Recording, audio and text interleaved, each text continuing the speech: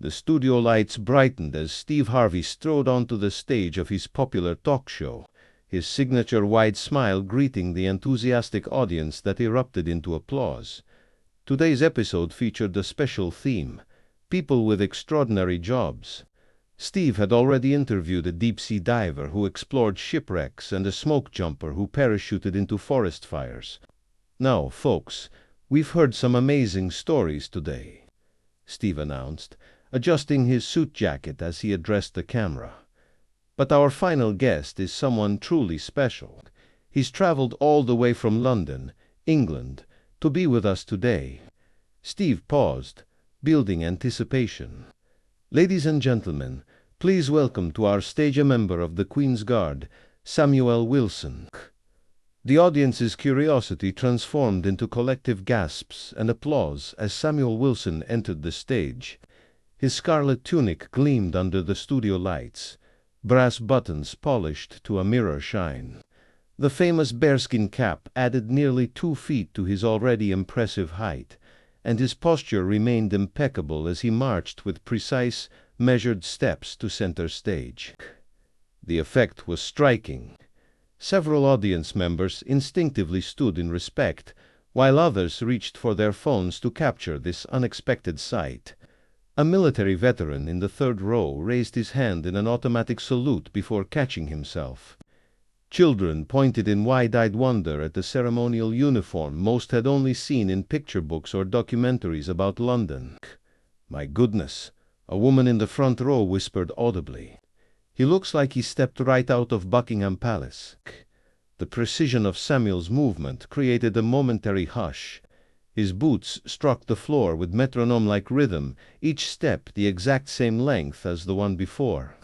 Unlike most guests who waved to the audience or played to the cameras, Samuel moved with singular purpose, his bearing transforming the talk show stage into something more formal, more significant. "Well, look at this," Steve exclaimed, genuinely impressed by the full ceremonial uniform.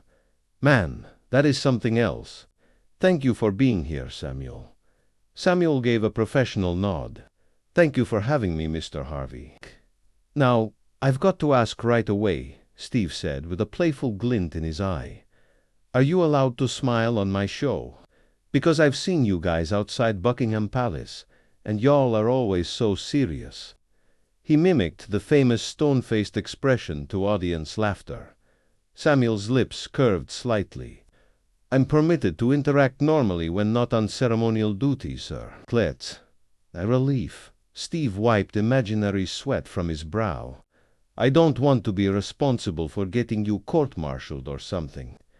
The audience chuckled, but Samuel's response carried a hint of something deeper. "The discipline is a matter of duty and tradition. Mr. Harvey, it represents something important to us." Steve caught that subtle shift in tone, his entertainer's instinct recognizing there was more beneath the surface. "I bet there is. And please call me Steve." He gestured toward the guest chair. "Why don't you have a seat if that fancy uniform allows it? So, tell me, Samuel, what's a typical day like for you?"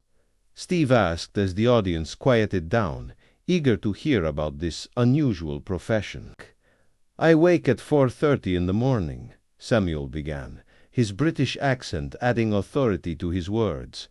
"Preparation is extensive.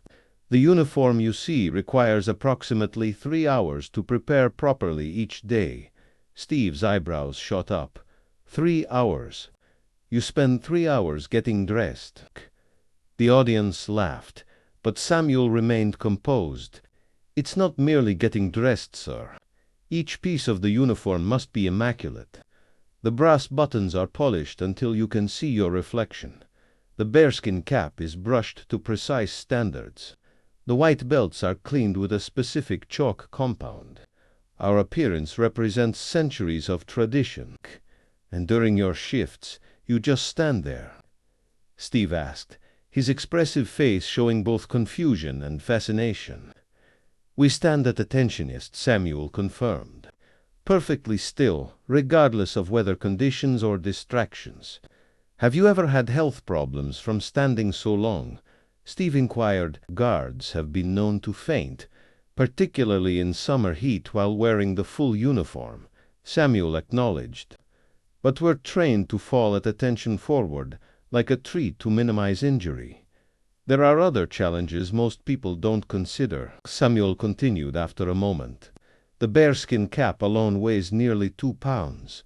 The rifle we carry is over 10 pounds. Our boots have metal-plated soles that conduct heat in summer and cold in winter. During a 2-hour summer shift, we might lose several pounds of water weight through perspiration. In winter, the winds that whip through the palace grounds can cause frostbite on exposed skin. Yet remaining perfectly motionless is non-negotiable. Several audience members exchanged glances of newfound respect as Samuel added, "The record for standing still on Royal Guard duty is over 6 hours during a royal wedding ceremony." The guard in question required medical attention afterward but refused to abandon his post until properly relieved. "Fall at attention," Steve repeated incredulously. "You mean you're trained on how to faint properly?" The audience's laughter was tinged with amazement as Samuel nodded. "Discipline continues, even in unconsciousness, sir. Now, I've seen videos of tourists trying to make you guys laugh or react. Does that happen a lot?" A hint of something, perhaps resignation, flickered across Samuel's otherwise composed features. "Daily, Mr. Harvey. Most tourists mean no harm, but they don't always understand what the uniform represents." "That doesn't seem right," Steve commented, his usual humor momentarily absent. "People disrespecting you while you're working." "Most visitors are respectful," Samuel clarified. "But many see only the ceremonial aspect and forget we are active duty soldiers." That caught Steve's attention. "So you're not just standing guard, you're actual military."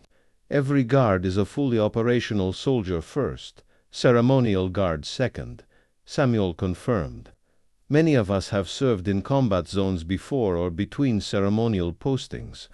I've served 3 tours in Afghanistan and 1 in Iraq before my current posting, Thrat." "What was that like?" Steve asked, his usual comedic timing giving way to genuine curiosity. Samuel considered the question carefully. "Different from what most people imagine."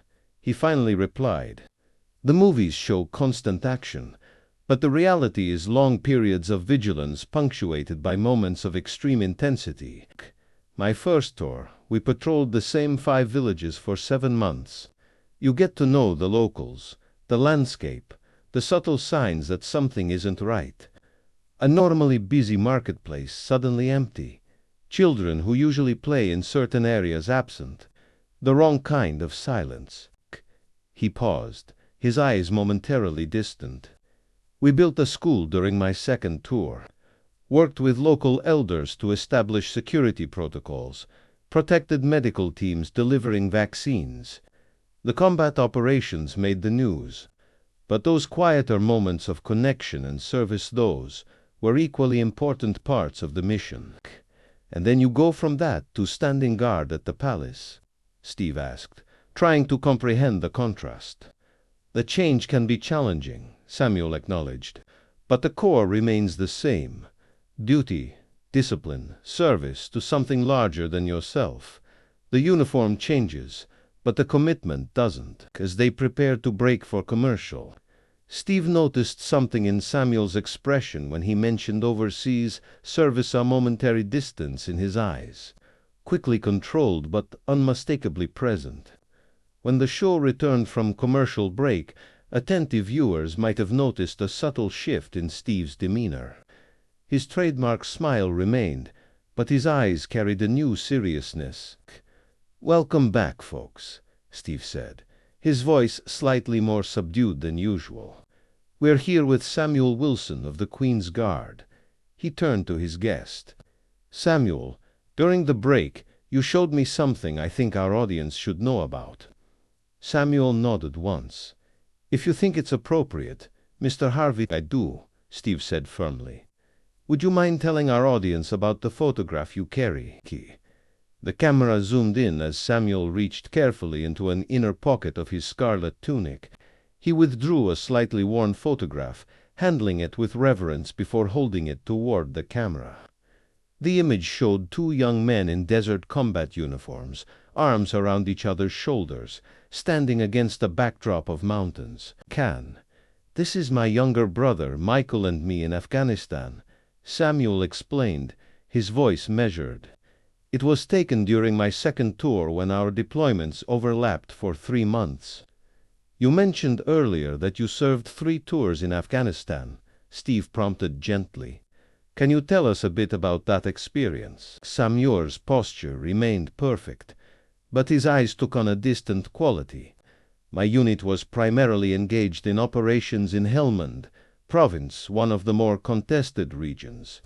"That's dangerous territory," Steve commented. "It was," Samuel acknowledged with characteristic understatement. "We lost good people there." "The discipline we demonstrate as Queen's Guards," he continued after a moment, "isn't just for show. It's built on the same discipline that keeps soldiers alive in combat zones. The ability to remain focused, controlled, and alert despite distractions or discomfort. These are qualities that matter when lives are at stake." "Your brother," Steve said carefully, gesturing toward the photograph still in Samuel's hand. "He was also in Afghanistan." "Yes, Royal Marines. He served for tours between 2010 and 2014. Something in Samuel's use of past tense made the audience grow even quieter. An intuitive recognition that the story was heading somewhere difficult. "Michael was killed in action 3 years ago," Samuel stated, his voice steady but with an undercurrent of carefully controlled emotion. "His unit was conducting a patrol near a village in Helmand Province when they encountered an improvised explosive device. He was 26 years old." Steve shook his head slowly, genuine sorrow evident in his expression. "I'm so sorry for your loss, Samuel." "Thank you, sir." "Were you still deployed when it happened?" Steve asked carefully. "I was back in London by then, serving with the Guard," Samuel replied. "I received the news while standing post at Buckingham Palace. My commanding officer came to relieve me personally. That's when I knew something was wrong. They never interrupt a guard's duty except in the most serious circumstances." The audience remained utterly still. Many listeners were visibly moved. A woman in the front row wiped away tears. Michael was. Samuel paused, searching for the right words. The kind of person who could find humor in the darkest situations, always smiling, always lifting the spirits of his unit, even during the worst deployments. His commanding officers said he had a gift for diffusing tension. When situations grew tense with local villagers, Michael would somehow bridge the gap, often through simple gestures or shared laughter. The Afghan children in the villages we protected would run to meet him when our patrol arrived. They called him the Candy Soldier because he always carried sweets in his pockets against regulations. A ghost of a smile touched Samuel's face. His commanders overlooked that particular breach of protocol. They recognized that those small connections he built saved more lives than any combat operation. "And how did Michael handle those long hours between missions?" Steve prompted gently. For the first time, a genuine smile touched Samuel's lips. "That's actually why I agreed to come on your show today, Mr. Harvey." Steve's eyebrows raised in surprise. "Michael was an enormous fan of yours," Samuel revealed. "Absolutely devoted to your comedy and your shows." A ripple of surprised murmurs spread through the audience as Steve's expression shifted from solemn to astonished. "My brother managed to acquire DVD collections of your original stand-up routines in your television programs. He would organize viewing sessions in the barracks during downtime between patrols. Called it Harvey therapy." Steve placed a hand over his heart, visibly moved. "They had a specific ritual," Samuel continued, his formal demeanor warming slightly with the memory. "After particularly difficult patrols, Michael would announce Harvey time in the barracks. Word would spread, and soldiers would gather, dragging chairs and cushions into their common area. They'd project your shows onto a white sheet hung on the wall. Someone always managed to find snacks, protein bars, care package, cookies, whatever was available. Samuel's eyes took on a distant quality seeing, not the studio but those barracks rooms thousands of miles away. Michael said it became something sacred almost, this ritual of shared laughter in a place where laughter was scarce. Their commanding officer initially opposed it, said it was frivolous. Then one night, after they'd lost 2 men from a neighboring unit to an IED, he walked past and heard the laughter.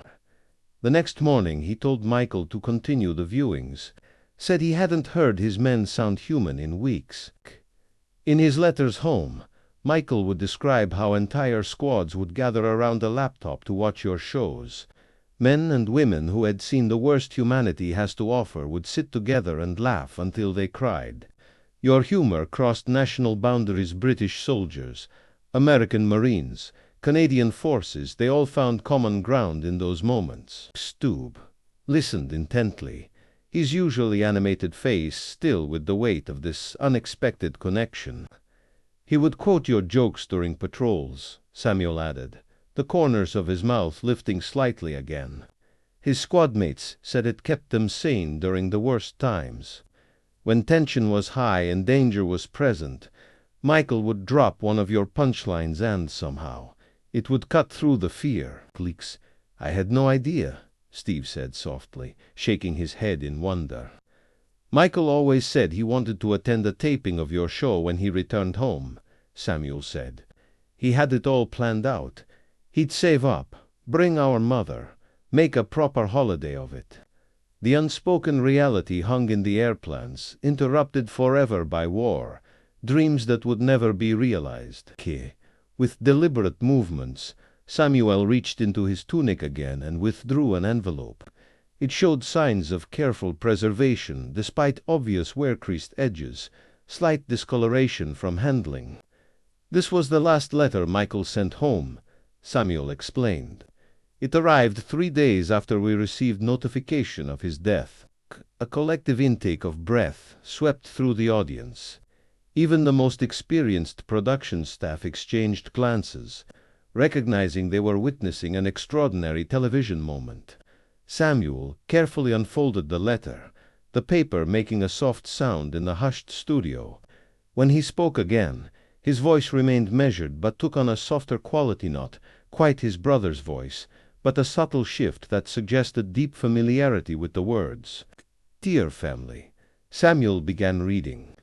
We had another rough week here. Can't go into details, of course, but morale was low after what happened on Tuesday's patrol. I organized another Steve Harvey night in the barracks.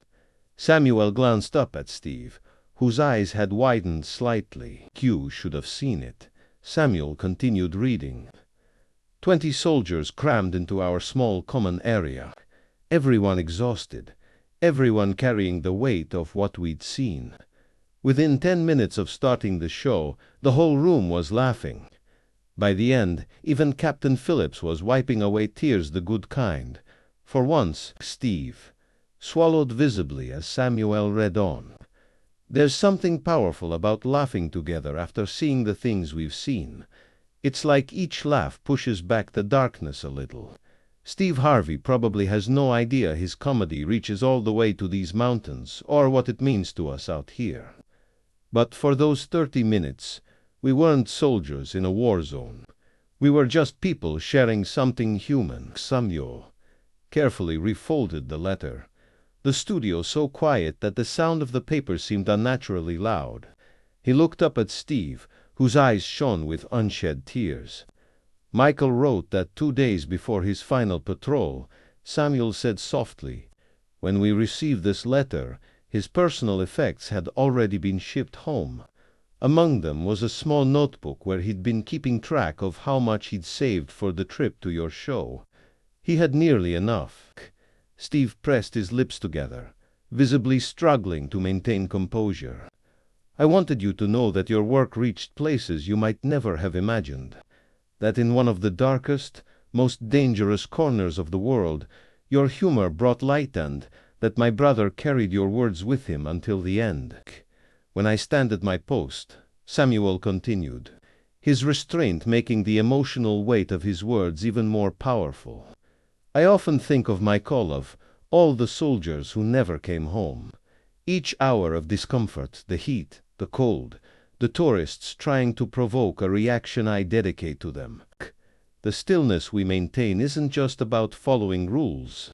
It's about demonstrating that some things are more important than personal comfort or momentary impulses. That duty, honor, and respect still matter in a world increasingly focused on instant gratification. I carry Michael with me during every guard duty, Samuel said. When the summer heat is unbearable beneath this bearskin cap, I think of him patrolling in full combat gear under the Afghan sun. When winter winds cut through Buckingham Palace courtyard, I remember him describing the mountain cold in his letters home. Samuel touched his tunic pocket where the photograph and letter were carefully stored. And when I hear his voice in my memories, it's often reciting one of your jokes. Mr. Harvey often telling me that laughter is sometimes the bravest response to darkness. Steve Harvey, the consummate professional. The man who had conducted thousands of interviews suddenly found himself overwhelmed. His eyes filled, and a single tear traced down his cheek as he listened to Samuel's words. Your comedy reached places you never knew, Samuel continued softly. It provided moments of normalcy in profoundly abnormal circumstances.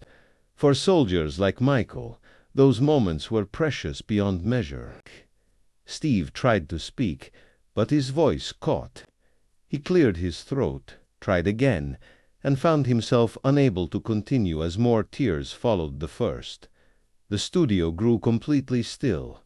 Even the camera operators, professionals accustomed to capturing emotional moments, seemed affected by the raw authenticity unfolding before them. A production assistant quietly stepped forward to offer Steve a glass of water. He accepted with a small nod of thanks, taking a moment to collect himself. The audience, rather than growing uncomfortable with the silence, seemed to understand its significance. They witnessed a man known for helping others process emotion through humor, now navigating his own unexpected feelings. Blay, one of the cameramen, later remarked that in 15 years of filming the show, he'd never seen Steve Harvey at a loss for words. The host, who had guided countless guests through their emotional revelations, was experiencing a profound one of his own.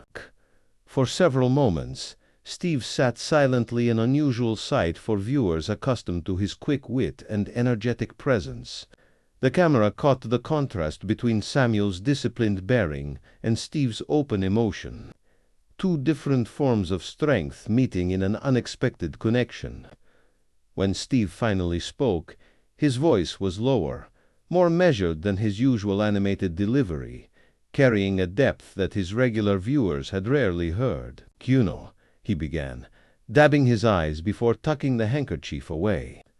"As entertainers, we send our work out into the world, never fully knowing where it lands or who it touches."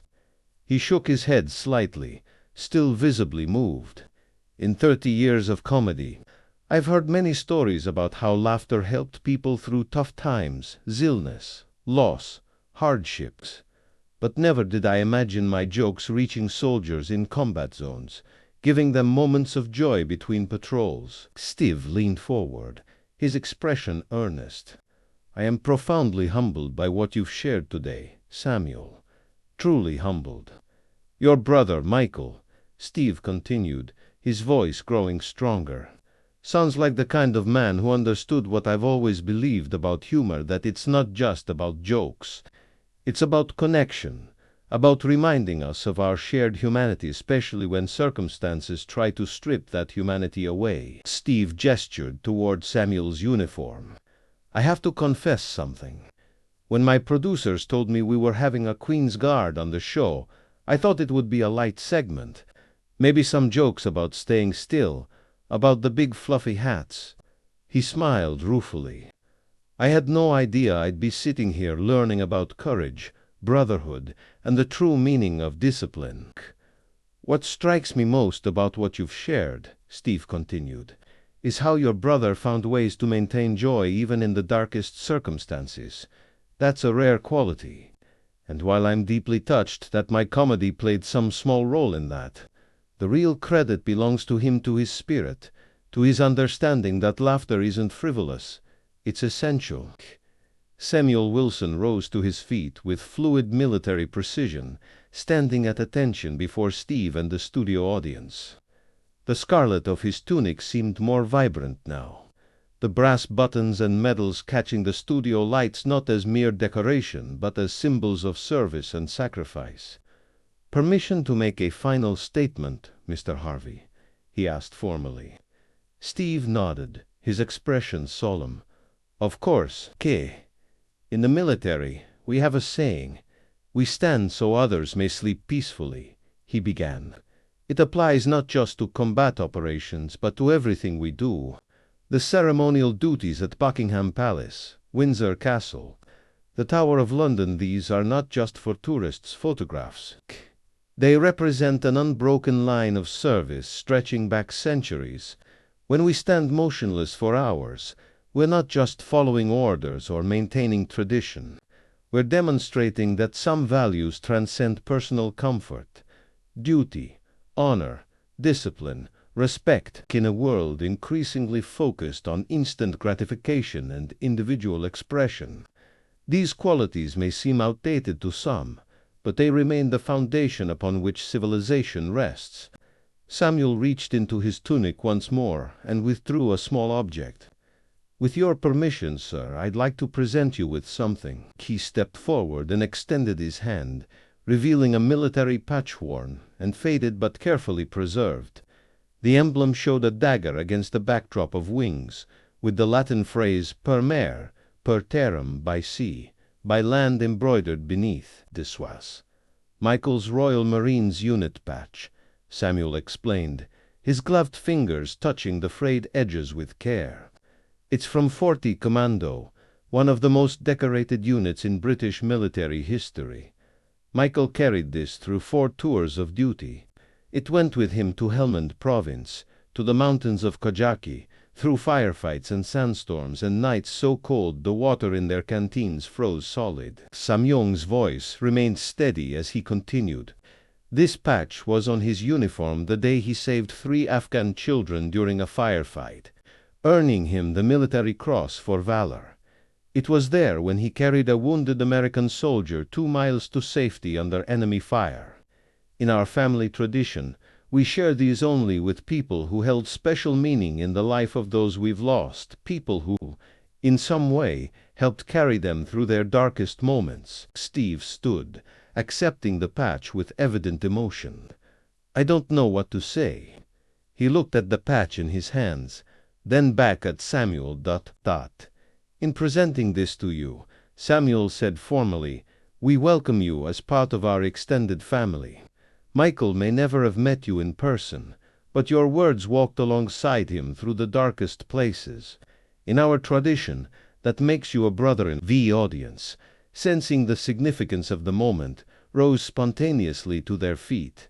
The applause began softly, then built to fill the studio, not the usual enthusiastic clamor of a talk show audience, but something more measured, more respectful, with a precision that spoke of years of military service.